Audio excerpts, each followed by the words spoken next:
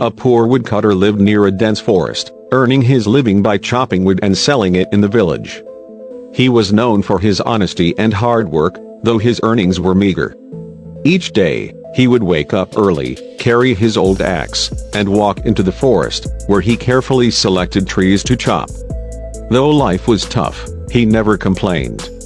One day, while working near a river, he swung his axe with great force, but his hands slipped, and the axe flew out of his grasp, plunging into the deep, fast-moving water.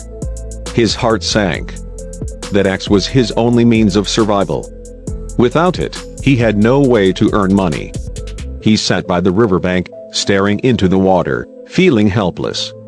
As he sighed in despair, the surface of the river rippled, and from the water emerged a shimmering figure, a water spirit with a kind face. "Why do you look so troubled, dear woodcutter?" she asked in a soothing voice. The woodcutter, taken aback, hesitated but then spoke truthfully. "My axe fell into the river, and I cannot retrieve it. Without it, I cannot work, and my family will go hungry." His voice was filled with sorrow, but there was no hint of dishonesty. The water spirit smiled and disappeared beneath the water. A moment later, she rose again, holding a gleaming golden axe in her hands. "Is this your axe?" she asked. The woodcutter's eyes widened at the beauty of the golden axe, but he shook his head. "No, that is not mine," he said firmly. The spirit nodded and sank below the surface again. This time, she emerged with a silver axe, just as bright and valuable. "Is this your axe?" she asked once more.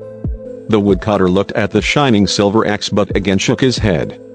"No, that is not mine either," he said honestly. "My axe was old and made of iron." The spirit smiled, pleased with his honesty. She disappeared one last time and returned holding his old, worn iron axe. "Is this the one?" The woodcutter's face lit up with relief and gratitude. "Yes. That is my axe," he exclaimed, overjoyed. The spirit handed him the iron axe, but to his surprise, she also gave him the golden and silver axes. "For your honesty, you deserve a reward," she said kindly. "Take these as a gift." The woodcutter was overwhelmed. "But I cannot accept these," he said. "I did nothing to earn them." The spirit chuckled. "Your honesty is rare and valuable. It is a treasure greater than gold. You have earned these through your truthfulness." With that, she disappeared into the river, leaving the woodcutter standing in awe. When he returned to the village, he shared the story with his neighbors. Many were amazed by his luck, but some, greedy for wealth, thought of a plan. One such man, who was dishonest by nature, decided to test his luck. The next day, he deliberately threw his axe into the river and pretended to cry in distress. As expected, the water spirit appeared, asking what was wrong. He quickly told his rehearsed lie. "I dropped my axe into the river."